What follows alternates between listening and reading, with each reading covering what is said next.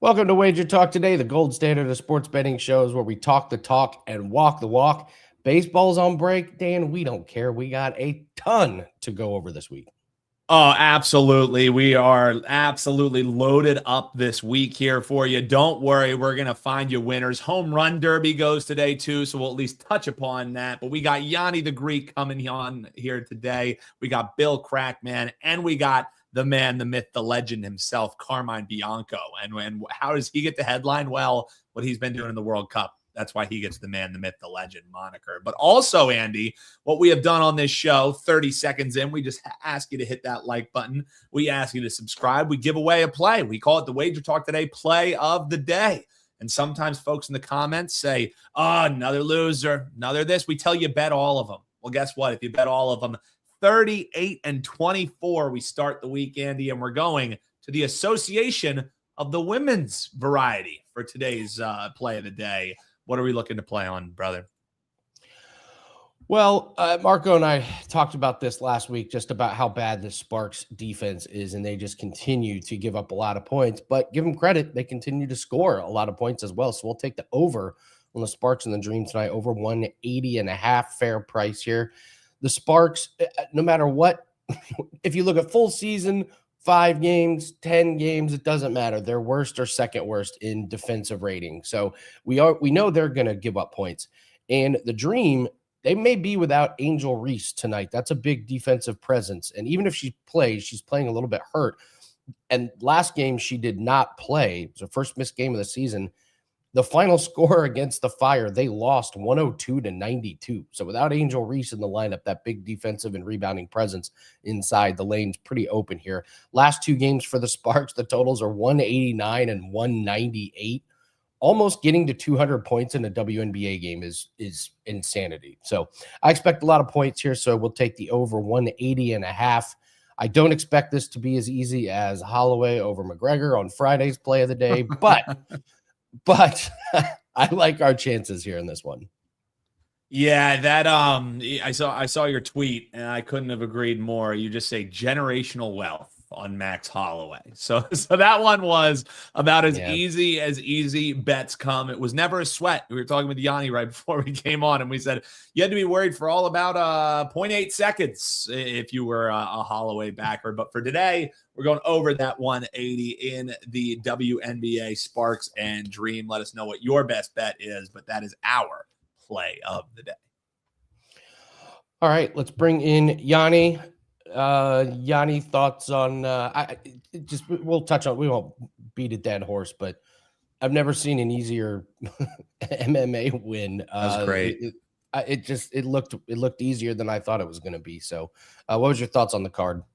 Yeah, I ended up doing well because of that last fight on McGregor. I lost my 5% on Krylov, but I had to place that bet again based on the closing line value we were able to get. And it turned out well overall. Like I had Tongue big. I had Holloway big. I had Batista. Like it ended up being a good night. I think overall I lost a couple units on that card. But personally, I was able to make money because I just overbet Max Holloway. I just kept betting him. Anytime that the price dropped, I bet him. And the reason, and it shouldn't have been a reason, but it gave me more confidence that I was reading it correctly. When I swear on everything, I received 2 texts, one from a cousin of mine that I haven't spoken to since probably the Super Bowl when he asked me who I like, and another kid I grew up with that I swear to you probably haven't spoken to in like 2 years. And they both asked me about whether they should bet McGregor. So these are guys that aren't betting MMA every week. They know I work with the UFC. They know I make money betting sports. They never ask for my opinion, except maybe on a Super Bowl, something like that.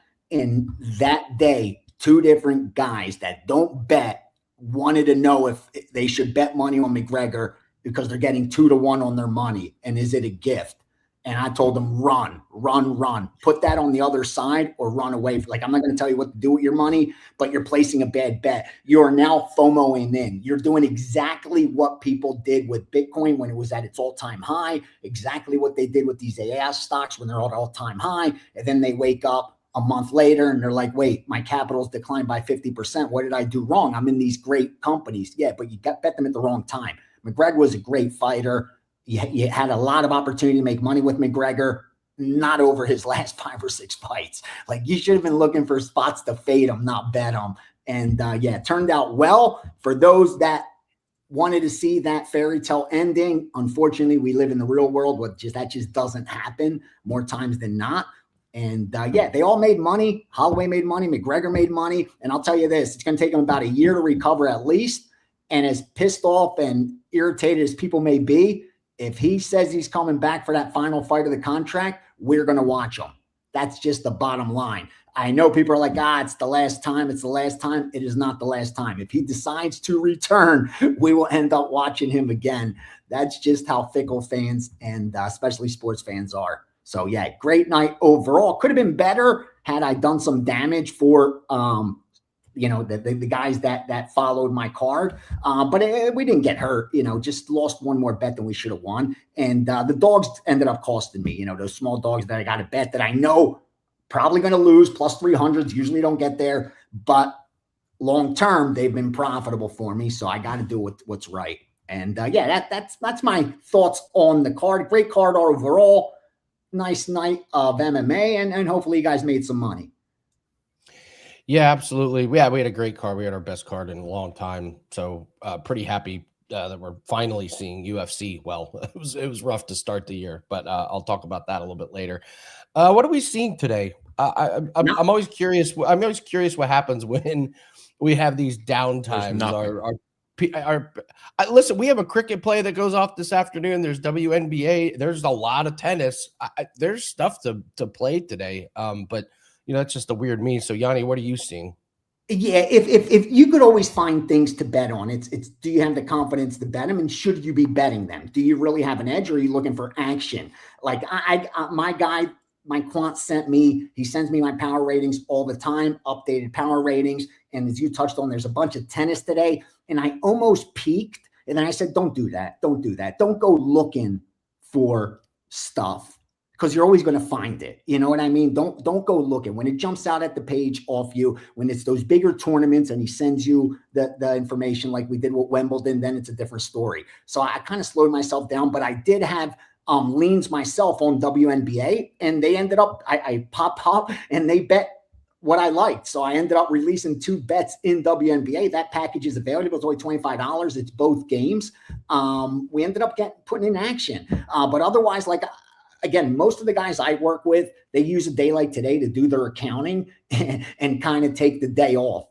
Take a few days off. Most take a vacation during this time. This is usually when I would take a vacation, but I just have so much going on, I can't.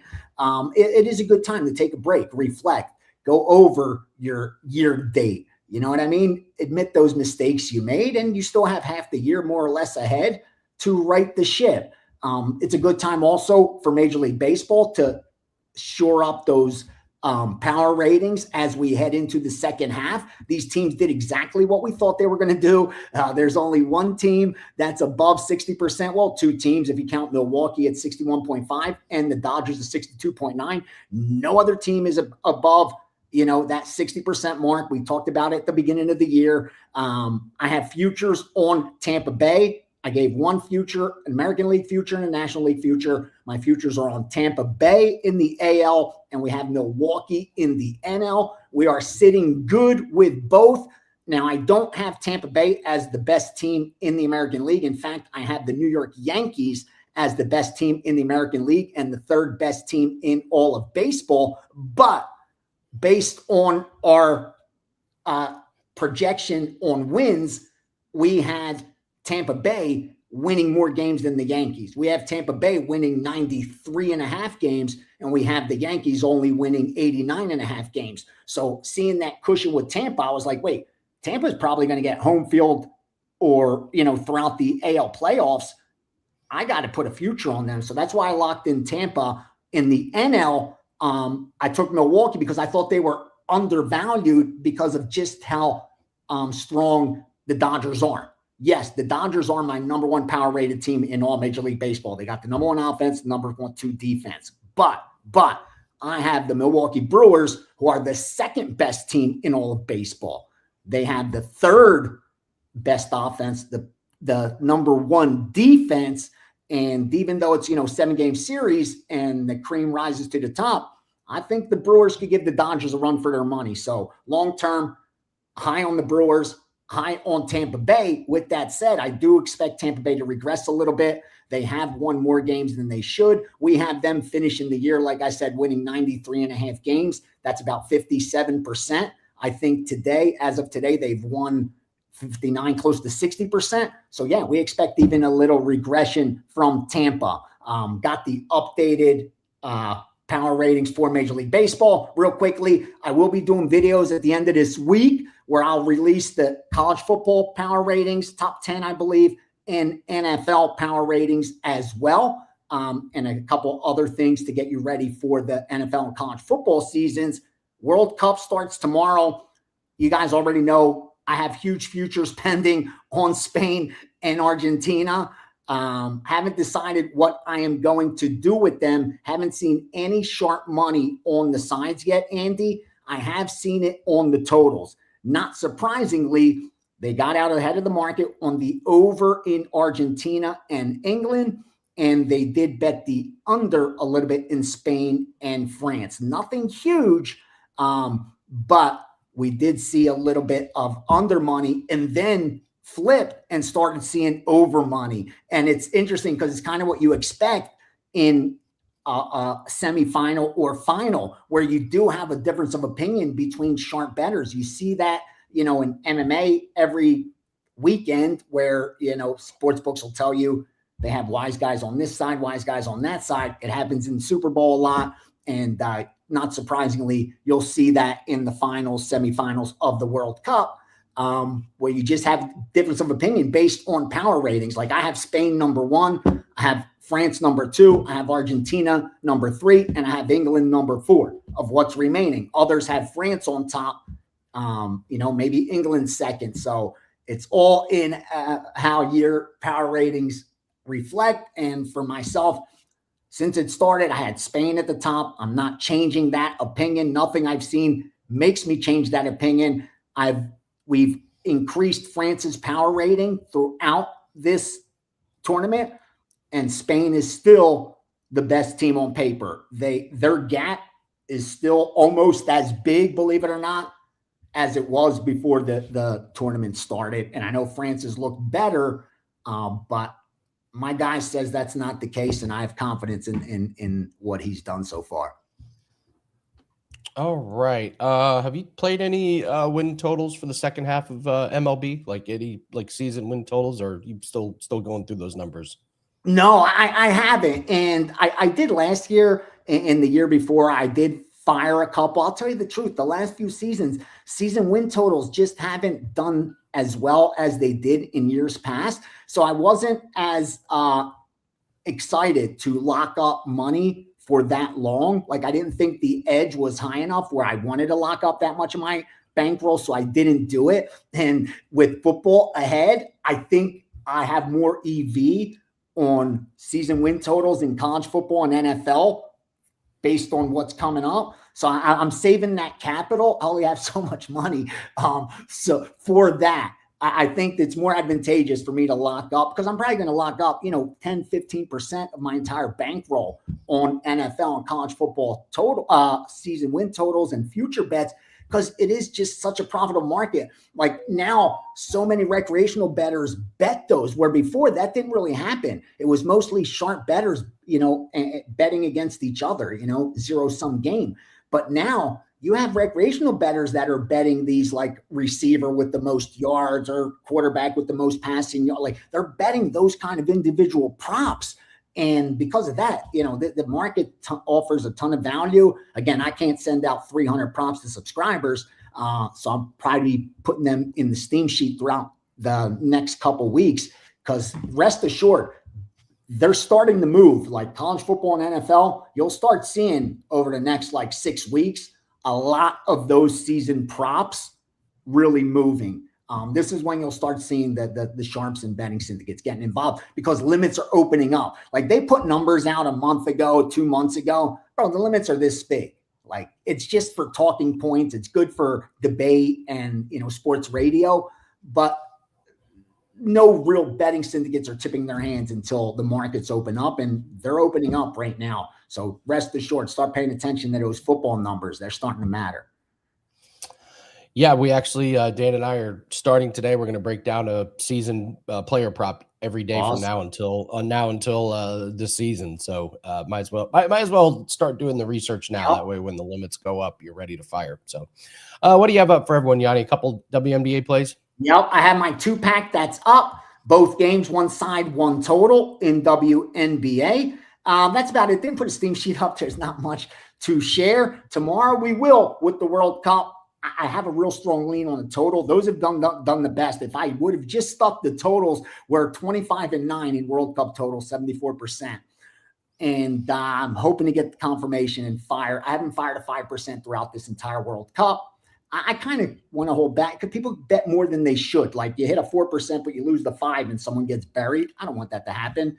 But if it warrants it, I have to fire. So we'll see. That should be up probably by the evening if I'm able to confirm. Otherwise, move on to tomorrow's action, and we'll see whether we hedge or not. Best of luck to everyone.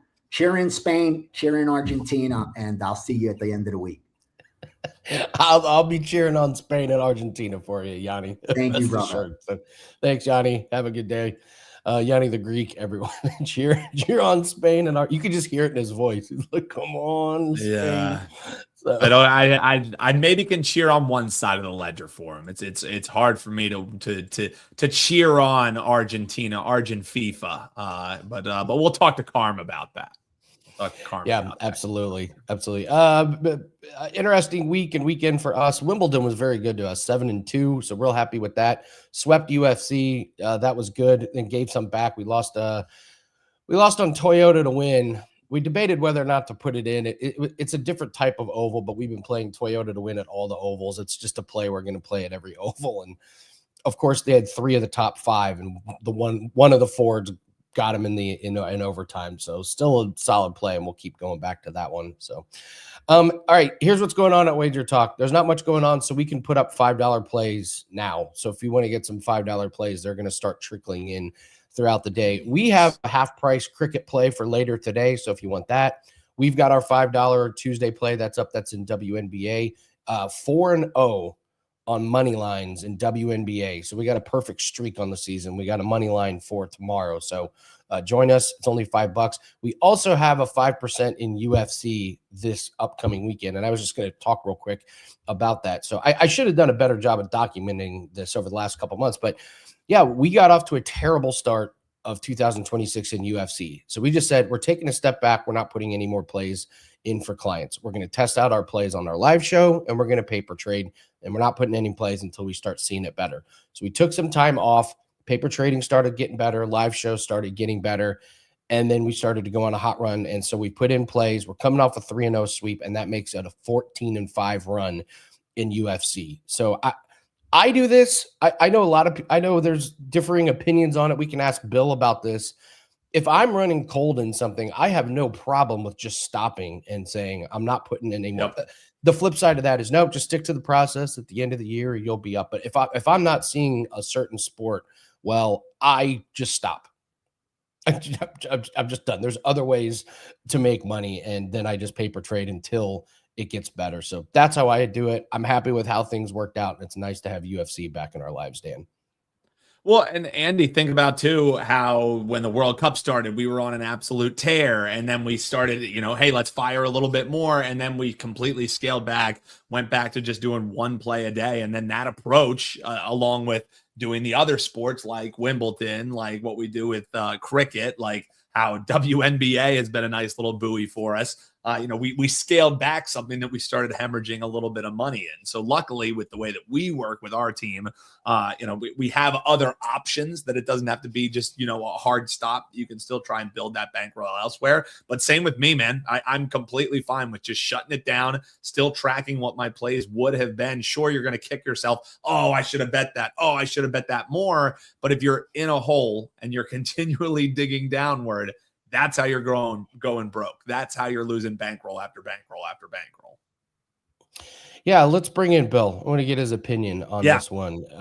Bill, I don't know if you heard the story. We were running terrible in UFC. We took a bunch of time off. Now we're doing better, so now it's time to fire away. Do you just stick to the process, knowing that you'll be up at the end of the year, or do you just take time off from something if it's not going well for you? Well, hey, first, good morning, guys. Thanks for having me on. Morning. Thank you for everyone following, liking, subscribing, and commenting. We appreciate it. As far as process that I deal with, if I have positive EV, on something, I know if I'm a lifetime winner and I'm just running bad, nothing's going to get in the way unless you didn't evolve and there's something that changed in that history, that betting. If something has changed, I'll have my team look into it. However, I know there's going to be bad runs. If you take any kind of sims, I'll use a simple thing like a coin flip, and you flip a coin, 100 times, you may get 10 tails in a row. You may actually go and get maybe 20 out of 22 tails in a row. I mean, anything can happen. But long term, if you put that over any kind of a Monte Carlo simulation or any type of a program like that, in the end, after millions of coin flips, you're going to come pretty much close to even. So it just some variance sometimes. So I would say absolutely stick with it if you have a winning formula. Very hard to come up with a winning formula. I have had many different groups I have worked with that couldn't beat a certain sport or a certain type of a wager where in the past they used to absolutely destroy it. I'll use NASCAR as an example.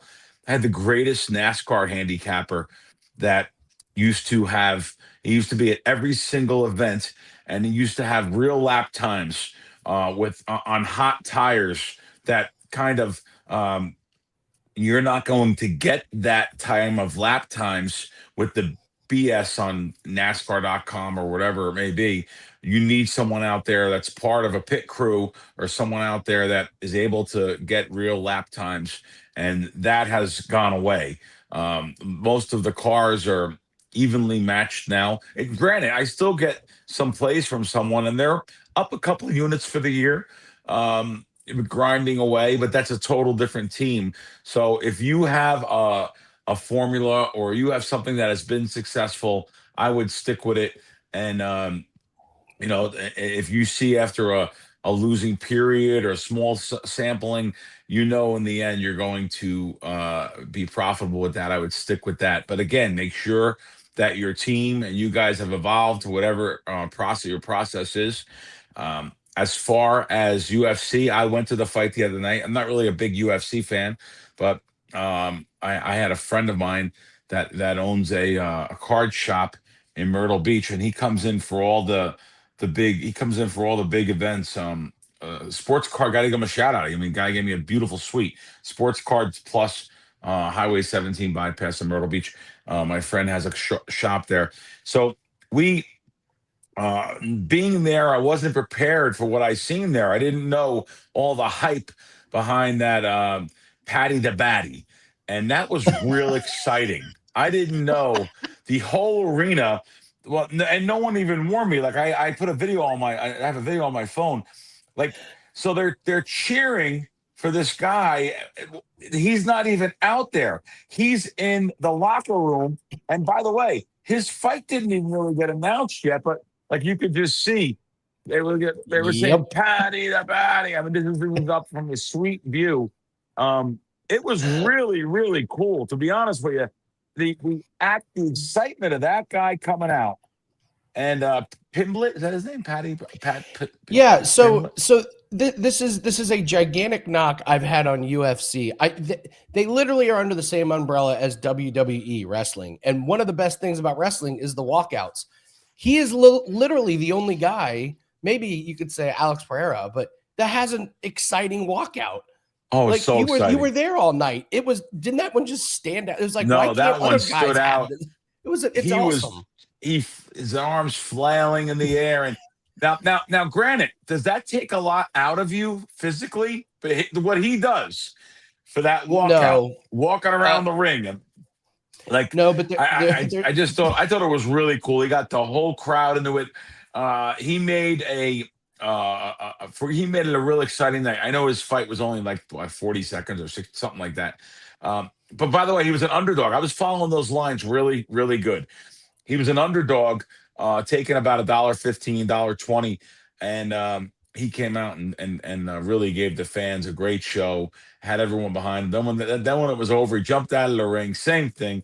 It was just really exciting watching him. Then of course the main event was kind of a flop. But if you follow the odds, like I followed the odds of the main event, pretty closely. I know it opened up about minus 190 a few weeks earlier, and I should say actually that was announced for a while, but minus 200, minus 210, you could have got early in the week. Then I seen it go up to like 230, 240, and paid closer attention because the sports books were putting up that low line, knowing that they would have one-way action on Conor McGregor, even when, like, that's, people just love betting McGregor. People love betting him. And they did that with the intentions on that. And what wound up happening is the day of the fight, it went up to 325, minus like 320 at circa. It went to, I seen BetMGM had minus 3.25. None of the sports books had under 300. But then something unusual happens. About 2 hours before fight time, the book started lowering back the wagering. I seen an hour before the fight minus 230. Went down to minus 230. South Point was minus 220. South Point went down to minus 220 on that. So they were looking for more favorite money. They had a lot of money on McGregor. I was happy to give it to them in small amounts. They're on their app. They only take $300 to win $300. It was the max bet. But they'll let you bet it over and over again. Went up to 240. I think I bet it again. Yeah, I did bet it again. Now this is just, I can't give it out to people at minus 220 and 230 and 240 when the market's like 260, 270, which is still lower than what it was earlier. But I was just betting against the public, basically. And now I didn't know how much against the public until I interviewed the director of risk yesterday from MGM. He said they were writing about 3-1 on the underdog there. Big day for the sports books.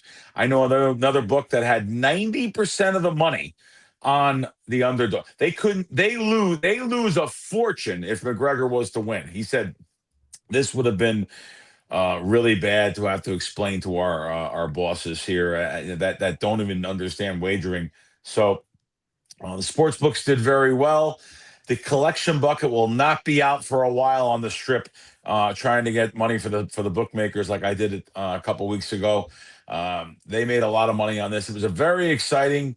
Now, did McGregor, was he hurt before time? I don't know. I thought I seen him take a funny step when he got out of his sandals there. But then I said, what does common sense tell me? If he was hurt, well, then why did he, if his leg was hurt, why start out with those kicks? Wouldn't that exactly? If his leg was hurt, how can you start out with those type of kicks? Why not just start out with punches? Now, I'm not familiar with McGregor's style. Like I said, I'm not really into the UFC like everyone else. I don't know if kicking is his main part of the game, but he had 3 kicks right at the beginning like that. You're not doing that if you're hurt going in, but everyone looks for conspiracy type of theories, and it may have not been. Maybe he was injured ahead of time. I don't know. Well, Bill, I deemed him injured because he's been on a 4-year steroid and cocaine bender. Oh, okay. That just eats your body alive. The guy couldn't survive one kick in the. So when you say injured, like, did he have a specific injury before? No, but he's not been taking care of his body at all. I mean, that's been very, very well documented. And the funny thing about the Paddy Pimblett fight, Bill, all week, Paddy Pimblett in all of his press conferences literally predicted how the fight was going to go. He goes, he's going to shoot in and I'm going to choke him out. And then literally that is what he did. And afterwards, Paddy was like, I don't know what he was doing. I told him how the fight was going to go. And then he literally did exactly what I said he was going to do. He didn't change his strategy at all. So all week, Paddy was like, he's going to shoot in. I'm going to choke him out in a minute. He's great for the sport, man. Dana White Oh must know man. that because I Googled him after. So he's got a pretty high net worth in the millions and millions, worth like 6 million.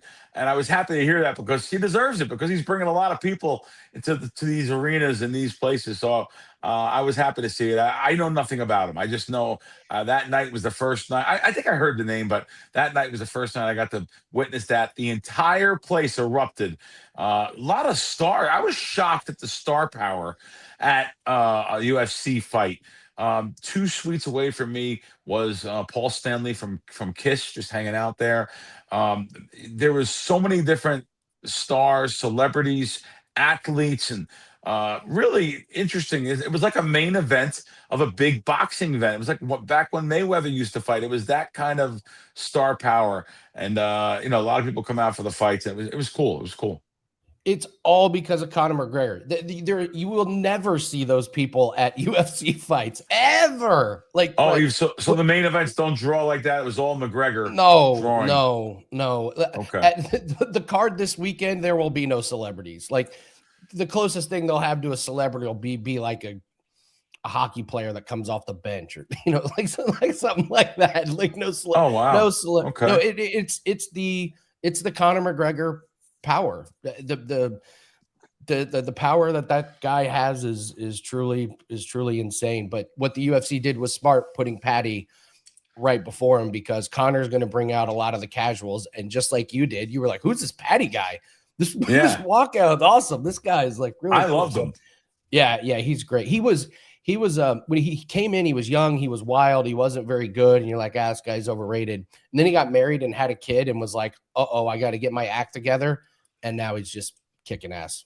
Cool. That's great. Yeah, it's pretty funny. So his evolution's been good. So do you have any props on a day like today when there's just not much going on? It's getting it really is. These are the real dog days of summer. These next few days, nothing going on. We're gonna go to WNBA, the Atlanta Dream, Jordan, Canada here. Assist rebounds over 12.5. I see it minus -05 here. She was she was over this number easily last game without Angel Reese playing. So Reese is questionable again tonight. So that's the prop. I'm going to go with it. The Dream are up against the Sparks tonight, who gives up the second most assists in the league. So Jordan Canada over 12.5 assists and rebounds. There you go, guys. There's a prop for you.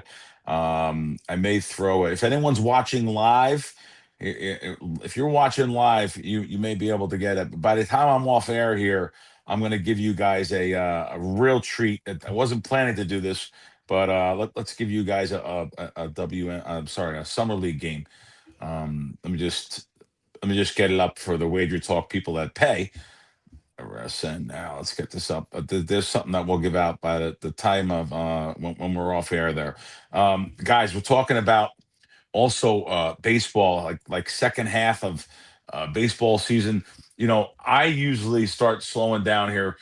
All the syndicates that I worked with in my life, usually if they even chose to do baseball, they actually stopped the second half of baseball after the All-Star break to prep for NFL and college football season.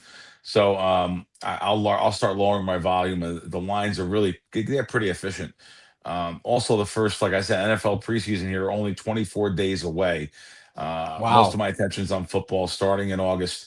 And, I bet NFL props and totals, obviously, but college football is really the big thing. Nice. Out there for me. I love the NFL player props, and the reason why I love them is because I'm so successful at them. I don't like them because I'm a fan. I'm not a fan of anything, by the way. I'm not a fan of anything at all. My only allegiance is my bankroll. I don't care about a single player off the field. They don't care about me. I don't care about them. I'm a fan of something because I'm winning it. So people ask me, now, did I grow up a fan? Yeah, I grew up a baseball fan. Sure. I grew up going to Shea Stadium, Yankee Stadium as a kid. So I used to love baseball, but that has been taken away from me even. I mean, I'm real excited what I see on the strip here. For the first time, I seen that stadium going up. Wow. They have really come a long way on the stadium, on the athletic stadium. And I can't wait for that to get here. because that's so cool. Imagine you live all around this country, and you get to come to the stadium. I'll use the Yankees, of course. So the Yankees are coming into Vegas for 3 nights. You get to have your vacation around the Yankees. You get to watch them for 3 different games and experience all that Vegas gives you and all you hear. It's an unbelievable thing for fans of baseball. It's almost like the hockey thing. If you like hockey, you come here to see the Las Vegas Golden Knights, but you're only seeing one game one night. Imagine a home series where you're seeing 3 or 4 games. I don't know how that's actually going to be structured, but I think it's the greatest thing for this city. I think people aren't even talking about it yet. How big for tourism it's going to be. All these fans coming here and getting to enjoy baseball games and the Las Vegas nightlife. And, it's great for restaurants. It's great for locals, even. It's going to be a great time. Yeah, it's going to be good for people to fly in, see their team in Vegas, just do it overnight and head back the next day for sure. So, Bill, what do you have up for everybody today? Anthony's asking the summer league play. This is the Milwaukee Bucks +4 only. So it's just a play. It's a play. It's nothing crazy. Don't go crazy. But like 3.5, I'm passing. I just told my assistant 3.5 pass. Take the 4. So there's a free play for people that I did not plan for people to have. I'm sure I'm going to get screamed out because I put it up on WagerTalk. But it was a live play that just came across. So there you guys go. But listen, guys, join me at WagerTalk and join me for a longer season package. Get these preseason football. Get the NFL player props. Join me up until Super Bowl. I told you guys last year to do that. I said it. I meant it. I was here to represent it. We absolutely destroyed it for the season on the player props. Get in a long-term package because, we're going to win. This is something and make sure you have your notifications on. Oh, my God. Thank God I said this. Make sure you have your mail notifications on. So you want that. You want to be able to get notified right away when a play comes across on the preseason. They kind of move. So you want to get on there. You want to make sure that your notifications is on. WT.buzz / is that / right? /Crackman. There we go, guys. All right. Good deal. And look forward to seeing you guys next week. Thanks, Bill. Appreciate you as guys. always. Have a great Monday. Enjoy the time off from MLB. So, Dan, I'm waiting here. Like he says, Lang, you're wrong, and he won't tell me what I'm wrong about. Don't leave me hanging. I'm guessing he. So here's my guess, and we'll see if Isaiah gets us back. Because like you said, we can be wrong all the time. So let us know. I am wrong all the time. You got to narrow it down. I think you got him a little hot under the collar when you were saying that stars don't go to UFC events. I think that's when he responded back. I think maybe it might be Dana White's burner. I don't know, but it seemed to me that was when he got frustrated. So we'll see. Let's see all the stars that. Let's see all the stars that come out for the Drickus Duplessis Kamaru Usman main event this weekend. Let's see. I'm just saying, like not exactly McGregor leveled star power. Yeah. The guy in the co-main event is Jared Cannonier, who's 42 years old. Let's see if Taylor Swift comes out for that one. Like I'm and of course it's not all the events, but I'm just saying that those celebrities are not coming out to an event that doesn't have a Conor McGregor Patty Pimblett. And by the way, I should have brought this up. Bill says he's not a fan. Sounds like he's a fan of Patty. Sounds like Patty the Batty fan now. Batty. Yep. As we all are. Absolutely. So, all right, let's bring on Carmine, who is besides Argentina. He's the other guy that's dominated the World Cup here, Carm. And he doesn't need VAR to do it, Andy. Yeah, exactly. Jeez. How are you, Carm? I'm good, man. It's been a good World Cup. It's coming to an end soon, but I've enjoyed it thus far. I was a little disappointed in that last game. It wasn't a client play, but the Argentina and Switzerland game, because I did say that I thought Switzerland could upset them in that game, and they were on their way to doing it, and then VAR got involved. Well, As yeah, it does. Yeah, as it does indeed. And Carm, I think we can start there, because earlier when I was bringing you on talking about the games and everything, I was saying, we'll talk about Argent FIFA, and I thought that was pretty creative. Yeah. Lino came up with Bargentina, which I think is that's pretty strong. And Carm, obviously we're making jokes, but I mean, you did the research and have numbers to back it up here. Let's pull up this chart that you had made beforehand, and you can explain what folks are looking at on this chart here. Yeah. So basically, right now, those are the quarterfinal teams. So you look at the quarterfinal teams, and how many times VAR has got. They've gone to VAR in their games, and as you can see there, 6+6.7 in favor of Argentina. They lead as far as VAR decisions in their favor. They've had absolutely zero ruled against them in VAR. I'll take that even one further. Of the 48 teams in the World Cup, only one team has not had VAR reverse a decision against them, and that again is Argentina. So you could call it slightly lucky. You could call it favoritism. Coincidence. I don't want to say the World Cup is rigged, but yeah, you know what I mean? Like, this is how they came up with the rules leading into the World Cup. And I'll talk about the one that that everyone is talking about, or everyone is confused about, and that is what happened on in the quarterfinal game between Switzerland and Argentina. So VAR, FIFA decided to put in a new rule for this World Cup. They put in a bunch of rules, but one of them was the mistaken identity rule. The mistaken identity rule was this is the ambiguity of it. It was initially put in there that if a yellow or red card was given to a player, let's say a player from Argentina, and it was mistaken identity in that it should have been to another player from Argentina, they can go to VAR, and VAR makes the decision that you awarded it to the wrong person. But they used that rule to go to VAR, remove the yellow card that was given to Paredes for an alleged tackle that the referee thought on Briambolo of Switzerland, and instead reversed the decision and gave the yellow card, which was the second of the game, to Briambolo for simulation or diving. That wasn't the reason why this rule was put in. It was for the mistaken identity, but the ambiguity of this rule makes it absolutely tougher. So the problem starts with, and we'll finish it off here, is that the referee or the game official from Portugal should have never even given a yellow to Argentina. She just should have blown the play dead, awarded a free kick at the time, which was in midfield to Switzerland, and the game continues on.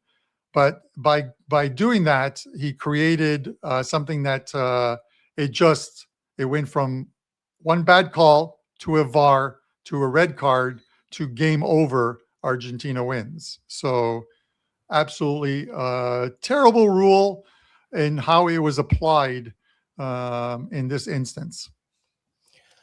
I can't. That one wasn't. I mean, the top three calls that make that one was hysterical. The one that they called back in Egypt, where they let the guys dribble from one end of the field, score, and then they're like, "Hey, somebody stepped on the guy's foot 120 yards away, so no goal." And completely marginal foul that got called against Egypt, but then later on, Mo Salah was tackled outside or inside the box, and Argentina went down the field, scored a goal, and they did not even review the incident. Did not review it. So say what you want to say. The bell tolls for the Argentina. It is going to come possibly on Wednesday. We'll see. I have one more nominee, and I think it's my favorite. In the Norway-England game, the England goalie goes up and just gets drilled by his own player, and the ref called a foul on Norway. And then the ref yellow carded the Norway player for complaining. Yeah, for mouthing It just it's something like some of the officials, like, okay, we're down to the semifinal games, and then a finals game.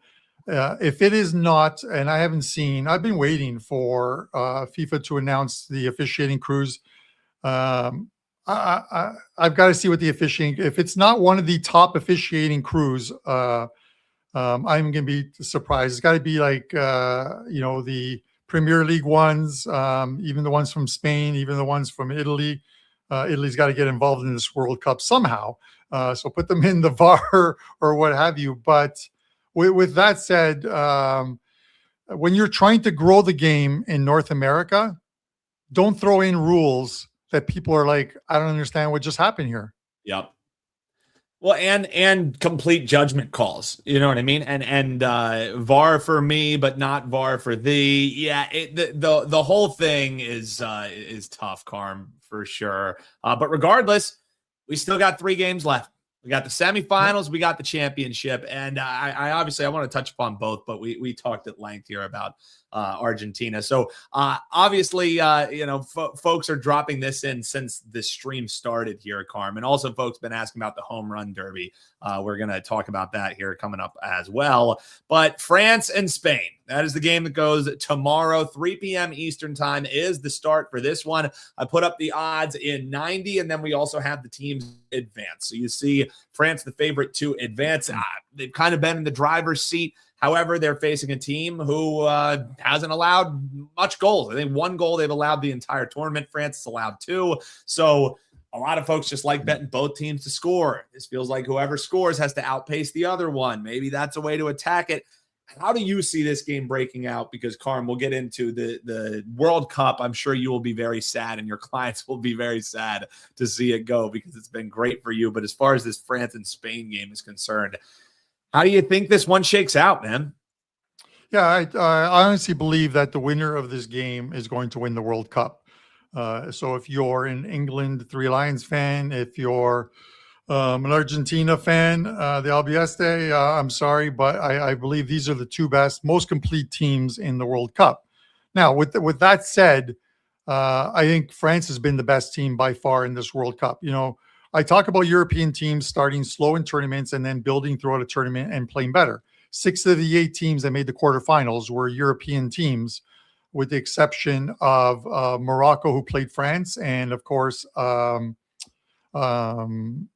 was the other team? I've almost forgotten who the other team was on the other side of the bracket. I think it was Colombia, if I'm not mistaken. But with that said, Argentina are the last of the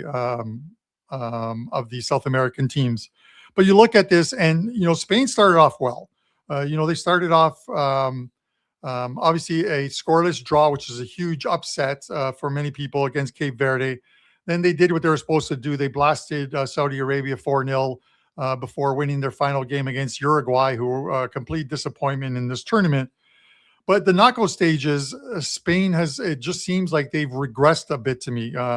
They play Austria. They beat them 3-0, a game in which they were supposed to win, and they did handily. But a 90th minute goal they needed in order to beat Portugal in that one. And that's when super sub Marino came off the bench and scored in the 90th minute. And then the game against Belgium. Belgium played extremely well and could have easily beaten Spain in that game. Doku had more than a few chances to score towards the end of the game to give them the lead, but Spain somehow found a winner in the 88th minute. I think the problem here with Spain is the fact that coming into this tournament, the question marks were around the 18-year-old GOAT, as we call him, Lamine Yamal. He came in nursing an injury, only played 15 minutes of that Cape Verde one, really wasn't a factor. And he hasn't been really a huge factor for this team. And he's supposed to be that spark plug in the middle that creates plays. In the game against Belgium, Trossard, who plays for Arsenal, completely shut him down. He couldn't get anywhere near the box. He did an absolutely phenomenal job of it.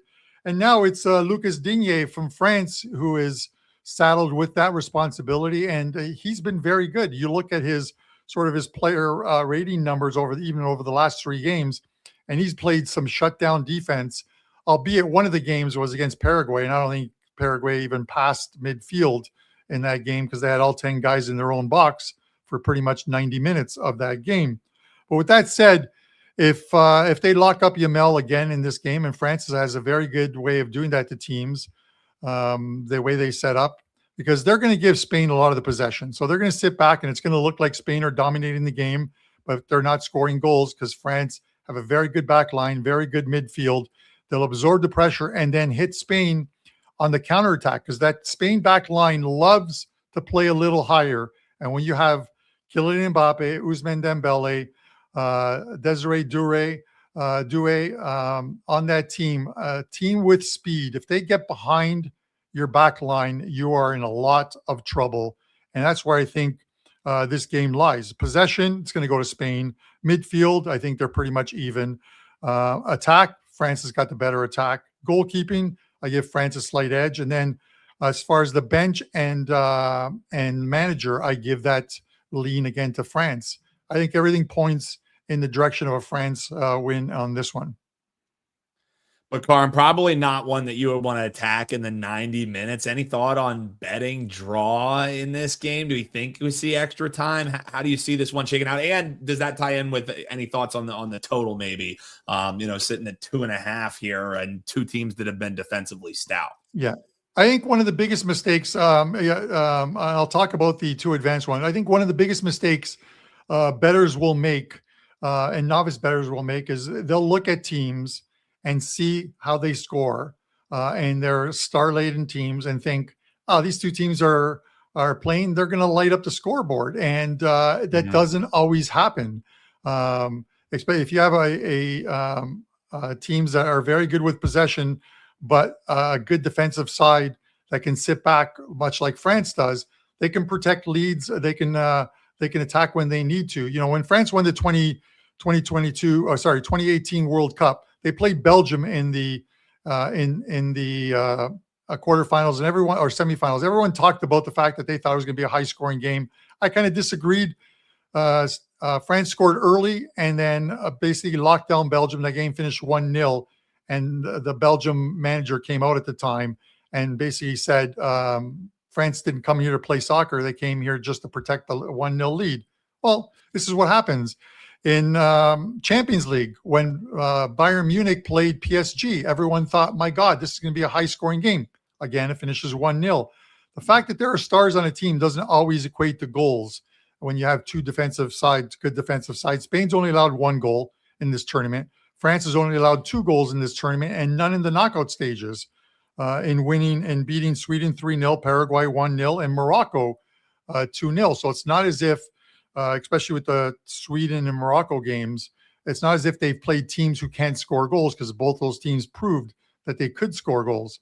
So, as far as the total goes, everyone wants to play the both teams to score. Everyone wants to play the over 2.5. I would say look into it further before you make that decision. And Dan, you're absolutely right. Quarterfinal games, we saw go into extra time, quite a few of these games. Both those games, the Switzerland, Argentina one, the Norway, England game went to extra time before they found a winner. The 2 advanced line seems to be the safest one. And I did a video just earlier this morning on the Final 4. And there are books that will let you pick the finalists. And I believe the best play for picking the finalists is to take France and England at plus 185 to meet in the finals, which is essentially about the same odds as taking France at say minus 155 and England at like minus 135 in the 2 advanced lines, and pairing those 2, and I think you get one plus 186. So just a little off there as far as price goes.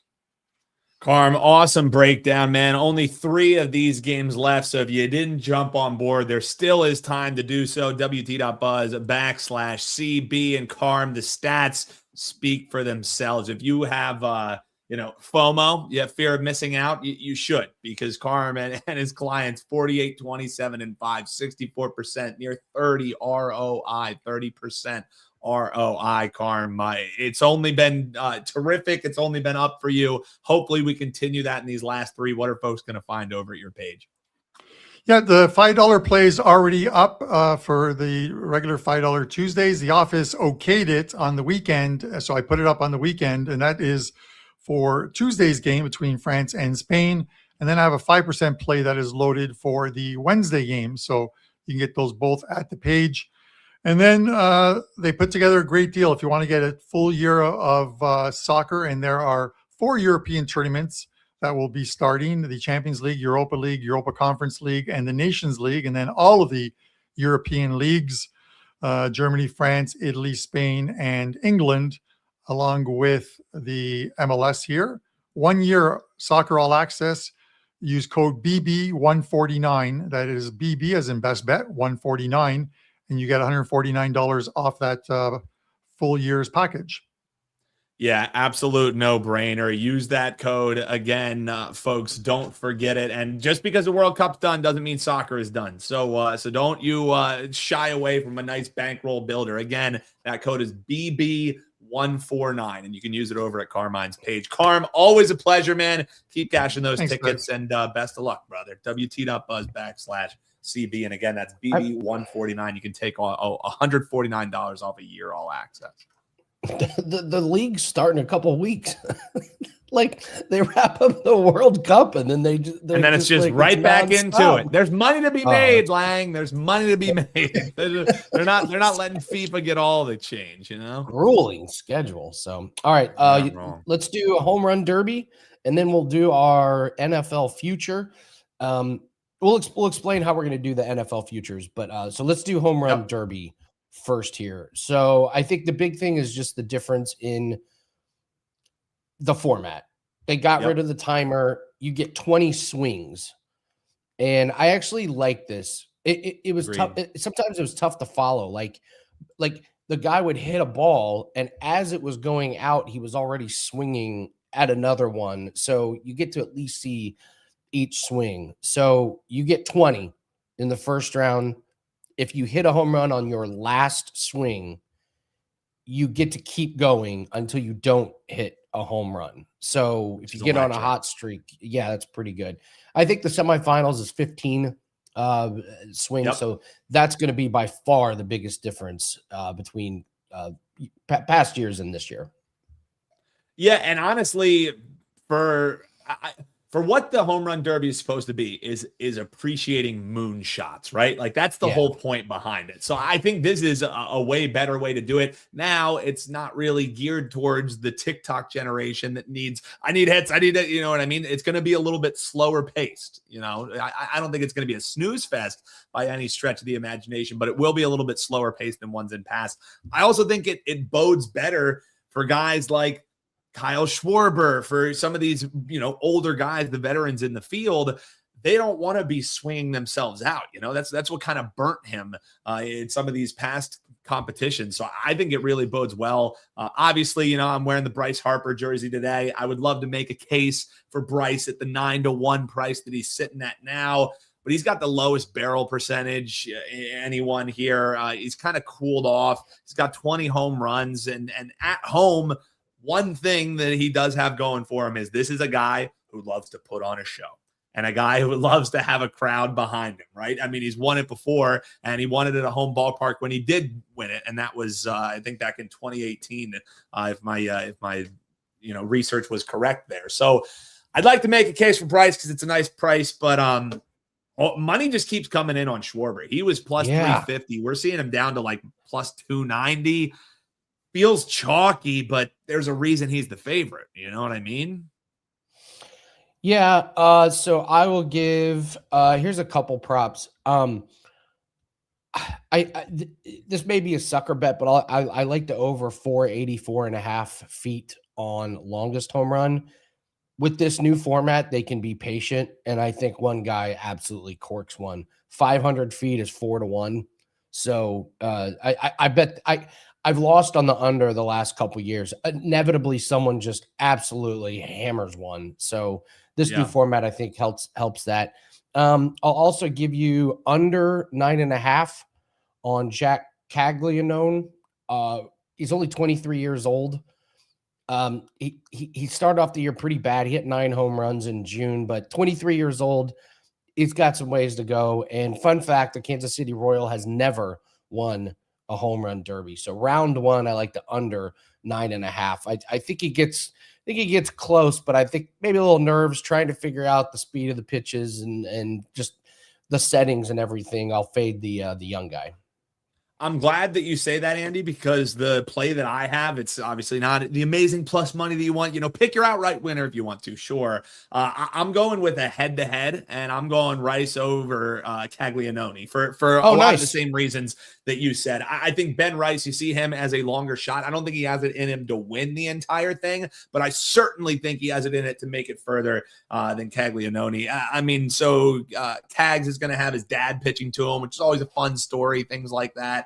But I think that's maybe where the evening ends. Like you said, he's younger. You know, I also think that if you just look at what you want in Citizens Bank Park, you want a nice launch angle, and he has the lowest launch angle in this entire field. So he's got to get underneath the ball, and I just don't know if he's going to be able to do that. Ben Rice, I think you're getting a nice price on him simply because, you know, some of these other names overshadow him. And, you know, his EV is a little bit low here coming in, but he has really good production, and he's has a really nice fit for this ballpark as well at Citizens Bank Park. So the matchup for me is going to be Rice over Caglianone, and it's plus 135. You can shop around on that one. So that's the bet for me. If I had to pick my outright winner, it's chalky. I think Kyle Schwarber wins the whole thing. The way that this event is set up perfectly for a Kyle Schwarber, maybe a Bryce Harper, but I think he's the favorite taking money for a reason. It's Schwarber for me on the outright. God, if Caglianone wins this damn thing. Well, people bash us in the comments. So comment below. That's what we'll do here today, folks. Comment below and let us know who you think is going to win the home run derby. Include your WagerTalk username. If your guy wins it, you will be entered in to win a free 3-day flex pass, and we'll pick one of them at random. So comment below your home run derby winner, and if your guy wins, you will be entered in to win a free 3-day flex pass. I'll take Harper as a 9-1. I like it. I think if he gets going, it's gonna go very well for him. But it is, you know, does he kind of tire out? I mean, MLB dream, and as a Phillies fan dream for me, let's get Bryce Harper versus Kyle Schwarber in the finals. You know, the last time that this was held in Philly, it was when they were still playing at Veterans Stadium. It was 1996, and that final was Mark McGwire versus Barry Bonds. So much less steroids that you're seeing, but it could be just as fun as a storyline. Let's get Harper and Schwarber as our finalists. That would be electric. And for the record, these are not client plays. No, this is the definition of sprinkle. This is the definition of if you lose, you're. This isn't even pizza money. This isn't even garlic knot money. This is a $5 bet. It's a little side of melted garlic butter. Yes, sides bet. So, yeah, it's a parsley flake. Yeah. So all right, let's do. So Dan and I are going to do a future in the NFL every day now. And here's how we're going to do it. Monday, we're going to do a quarterback prop. Tuesday, we're going to do a wide receiver prop. Wednesday, a running back prop. Thursday, we're going to do a wins total. And Friday, we're going to let you guys suggest some things in the comment section. We'll pick one and break that down. So for Monday, to get us started, it had to be Matthew Stafford, 30.5 passing touchdowns. About this one. I may or may not have mentioned this on the show. I'll go first because everyone knows where I stand. He had 46 passing touchdowns last year. A lot of short touchdowns. McVay was trying to get him the MVP. Amazing stat, Dan. He had 8 one-yard touchdown passes. Like, Different like offense now. They would not hand it off. They wanted to pad his stats. Here's the thing. He probably only has a year left. They drafted they drafted the young, his name escapes me, but probably the future quarterback. I think McVay is going to try and get him as many touchdown passes again. He's older, but Dan, he is durable. He's played 15, 16, and 17 games the last 3 years. They're just all in on the season. They traded for Myles Garrett. Rumblings of Aaron Donald might be coming back. Continuity, they're returning 10 starters on offense. And here's what puts this over the top for me. He had 9 games with 3 or more touchdown passes. 5 of those games were against his division. He tore up the 49ers, the Seahawks, and the Cardinals. So it just checks every box. If he gets hurt, then it's a loser. But if he plays even 15 games, I think he gets over this total. So that's my pick on this one. What say you? Yeah, they get to face the Cardinals. They have a road game against the Raiders, obviously. The thing for me is he's not getting any younger, right? And the point that you make, though, is that this is a guy who last year had 1 yard passing touchdowns. And what does that mean? Something fundamentally changed because he went from 24 passing touchdowns to 20 passing touchdowns to then to 46. So this is something that has fundamentally changed with this offense. They are a pass first, second, and third option for this team. So the fact that you got him at 46 and he's had a 41 in his career, he's been around 30 several other times. He's had 2 41s in his career. So this is a guy who has the ability. The only thing that screws you here, Andy, is an injury. And I think he is a kind of guy who came into the season. Everyone was talking about his back injury, and that's why they're not bet on teams. And then what happened? He was one of the best players the entire season long. So the fact that it's sitting at 30 feels baity, but I wouldn't want to be sitting with any Stafford unders and then he comes out on a tear again. So I don't know if I'll join you with this one, Andy, but I understand the reasoning and I can't make a case on under 30.5 for a guy who's coming off 46 and for an offense that for all indications, they want to pass you out of the game and they'll continue to do so whether they're playing from the front or playing from behind. Yeah, absolutely. So, all right, long show. Hey, listen, just because there's no baseball and no other sports going on doesn't mean we can't go past an hour. So we got a cricket play for this afternoon that's up. We've got our $5 Tuesday play that is already up. 5% UFC play is up, but today might be a great day to get the buy 3 days, get 3 free, because if you get it today, you get the cricket play and you're locked in for the UFC 5% best bet. So we're seeing UFC really well.